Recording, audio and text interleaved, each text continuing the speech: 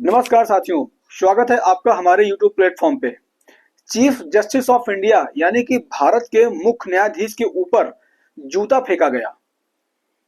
यानी कि भारत की जो जो सबसे सर्वोच्च जो संस्था है जुडिशरी की, सुप्रीम कोर्ट, उनके जो जो उसके चीफ जस्टिस हैं मिस्टर B.R. गवई, उनके ऊपर राकेश किशोर नाम के एक एडवोकेट ने उन पर जूता दिखाया या जूता फेंका गया।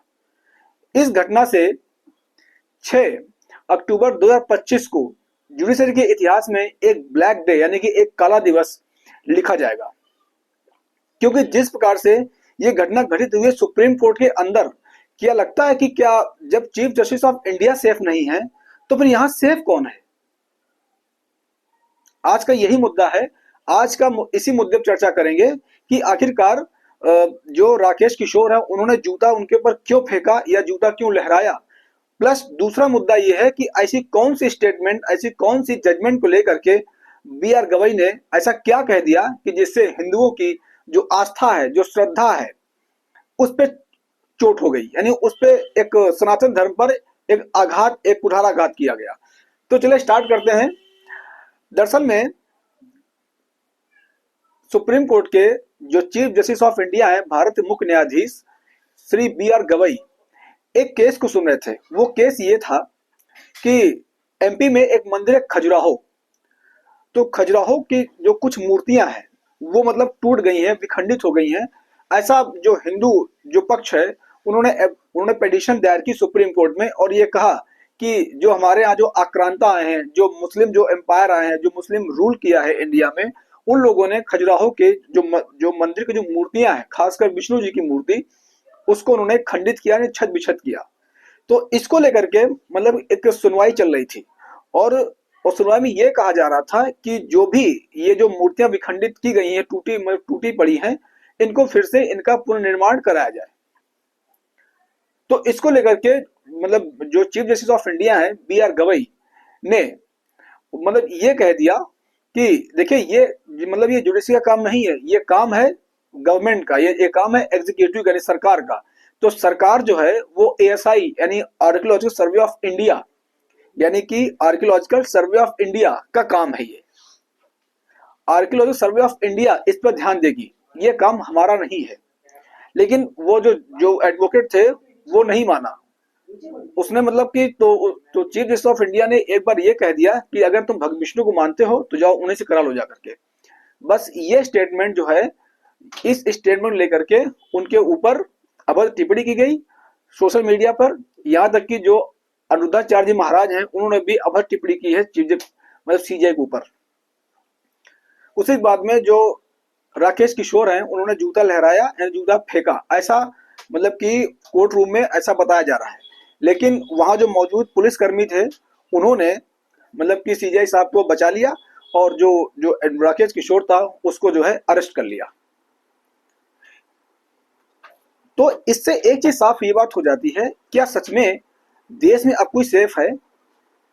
जब देश का सबसे मुख्य न्यायाधीश यानी देश का सबसे बड़ा जो जज है, जब वही सेफ नहीं है, जब उसके ऊपर जूता फेंका जा रहा है, उसको अभद्र टिप्पणी की जा रही है, उसको लेकर के मतलब कि कमेंट कसे जा रहे हैं सोशल मीडिया पर, न्यूज़पेपर पर, बहुत बड़े जो जो धर्म के ठेकेदार हैं वो उस पर मतलब कि टिप्पणी कर रहे हैं, तो ये कहाँ तक न्याय संगत है?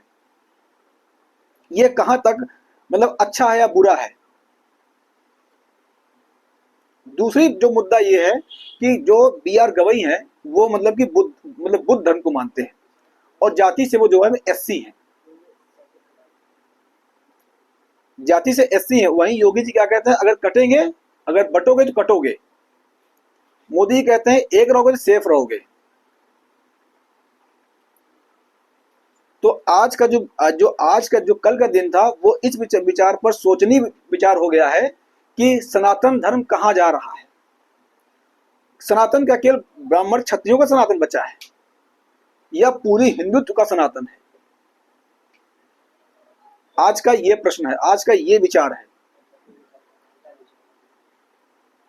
दूसरा प्रश्न ये हमारा है कि जिस प्रकार से B.R. गवई को टारगेट किया जा रहा है, चाहे वो धर्म के ठेकेदार हो, चाहे वो एडवोकेट हो, या जो भी एंटी मतलब कि जो भी मतलब मुस्लिम सपोर्टर मतलब जो भी हिंदू सपोर्टर हैं, उन्होंने जिस प्रकार से रिएक्शन दिया है चीफ जस्टिस ऑफ इंडिया के ऊपर कि ये जो है हिंदुत्व के खिलाफ है, और जबकि इस रैली में सरकार, ये सरकार का काम है, ये जो एएसआई है यानी कि भारतीय पुरातत्व विभाग, ये उसका काम है कि कोई मंदिर टूटता है, कोई अगर मूर्ति टूटती है या कुछ भी मतलब कि जो भी हिस्टोरिकल बिल्डिंग्स है अगर उसमें कुछ छत बिछत हो जाए तो ये काम होता है एएसआई का, गवर्नमेंट का काम होता है, ये काम जुडिशरी नहीं होता, जुडिशरी का। हालांकि जो राकेश किशोर हैं उन पर बार काउंसिल ऑफ इंडिया ने स्ट्रिक्ट एक्शन लिया है, उनका लाइसेंस कैंसिल कर दिया गया है, प्लस जो एडवोकेट एक्ट 1961 की धारा जो 35 है उसके खिलाफ उन पर मतलब कि डिसिप्लिनरी एक्शन लिया जा रहा है, लिया जाएगा। हो सकता है कि उनको आजीवन मतलब कि एडवोकेट से मतलब बर्खास्त कर दिया जाए। लेकिन फिर भी जब ये पूरा इंसिडेंस हो गया है तब फिर भी बी आर गवई ने यानी सीजीआई ने अपना धैर्य नहीं खोया, जैसा कोर्ट रूम चल रहा था कोर्ट रूम चलने दिया, प्लस बी आर गवई ने यह कहा कि हमें इससे कोई फर्क नहीं पड़ता, कोई जूता फेंकता, कोई चप्पल फेंकता, क्या फेंकता, गाड़ी तक, कोई मुझे फर्क नहीं पड़ता, मेरा काम जो मैं वही करूंगा। तो इस चीज से आप क्या सीख सकते हो? इस चीज सीख सकते हो, पैसेंस सीखते हो, पैसेंस सीख सकते हो आप लोग। जो भी यूपीएससी जो भी वनडे एग्जाम के जो एस्पिरेंट हैं, जो भी अभ्यर्थी हैं, वो इससे क्या सीख सकते हो बी आर गवई से? पैसेंस, कि इतना सब कुछ होने के बावजूद भी उन्होंने पर धैर्य नहीं खोया। जो कोर्ट रूम में चलता रहा कार्रवाई, वो सुनवाई होती रही। बी आर गवई को उनके जरा सा चेहरे पर शिकन नहीं था, उनके माथे जरा सा चिंता की लकीर नहीं थी कि ये मेरे साथ क्या हो गया। तो और जो इंडियन जुडिशरी जो सिस्टम है, यानी कि बात करो, देखिए पहला तो है बार काउंसिल ऑफ इंडिया यानी बीसीआई। बीसीआई ने जो इनका है मिस्टर राकेश किशोर का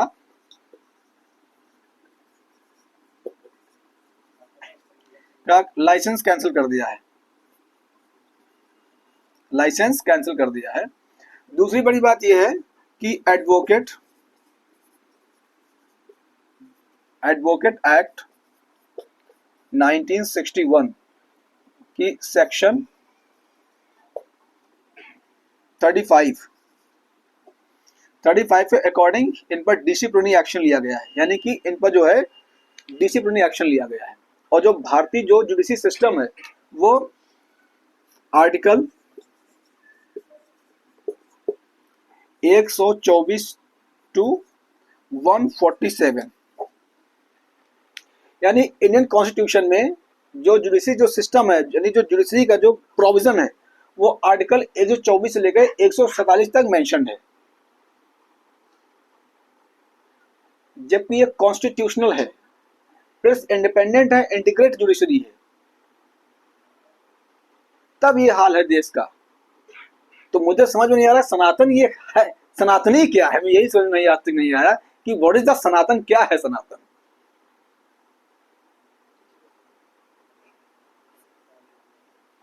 क्या केवल जो सनातन है क्या केवल मतलब कि अपर कास्ट तक सीमित है, या इसमें पूरा हिंदुत्व आता है? जिस प्रकार से चंद्रशेखर जो मतलब कि चंद्रशेखर आजाद जी है, बहुत बड़े नेता हैं, क्या कहते हैं कि दलितों के, उनका रिएक्शन आया है, उन्होंने कहा ये बहुत ही निंदनीय कार्य किया है, इस पर हम पूरी बी आर गवई के साथ समर्थन में हैं। जिसने ये कुकृत्य किया है उसके खिलाफ सच में एक्शन लिया जाना चाहिए। लेकिन अभी क्या है, अभी स्ट्रिक्ट एक्शन नहीं लिया गया है राकेश किशोर पर। भारत के राष्ट्रपति Draupadi Murmu, prime minister of India mister Modi, Amit Shah या हम कहते मोहन भागवत ने भी कोई इस पर टिप्पणी या रिएक्शन नहीं दिया है कि ये सही हुआ है या गलत हुआ है। इसका मतलब क्या समझा जाए कि सच में क्या एक बार फिर से SC ST OBC को टारगेट किया जा रहा है इंडिया में? तो आज का प्रश्न यही है आप लोगों से, क्या जो 1950 की जो पहले सिस्टम था क्या फिर से रिपीट होने जा रहा है? आपके फंडामेंटल राइट्स, आपके DPSP, आपके ह्यूमन राइट्स, आपके कॉन्स्टिट्यूशनल राइट्स क्या छीने जा रहे हैं? देखिए भेड़ मत बनिए। होता ये है हमारे समाज में, होता ये है कि भेड़ बन जाते हैं कि एक भेड़ जहां चल दी वहीं चल दी है। तो आज का जो कल का दिन है उससे आप ये सीख सकते हैं कि क्या सच में हम भेड़ चाल चल रहे हैं, खासकर SC ST OBC से, क्योंकि जो BR गवई हैं वो जाति से SC हैं। इसके पहले भी DY चंद्रचूड़ थे, HL दत्तू थे, संजीव खन्ना थे, उन्होंने तो जजमेंट दिया था। यहां तक कि जो DY चंद्रचूड़ साहब उन्होंने राम मंदिर को लेकर ये तक कह दिया है कि ये जजमेंट गलत है, लेकिन उन पे जूता नहीं फेंका गया। संजीव खन्ना जी ने मतलब कि जिस प्रकार से वक्फ बोर्ड लेकर के जजमेंट दिया, उन पे जूता नहीं फेंका गया, क्योंकि वो सभी अपर क्लास में थे, अपर कास्ट में थी। लेकिन जो कल का जो इंसिडेंट हुआ है, जो BR गवई जो जाति से SC हैं, बुद्ध धर्म को मानते हैं, उन पे जूता फेंकना ये एक मैसेज है, ये एक संदेश है। आज का यही आपका क्वेश्चन मेरा है, क्या भारत 1950 के पहले की ओर फिर जा रहा है? आपका बहुत धन्यवाद। जय हिंद, जय भारत।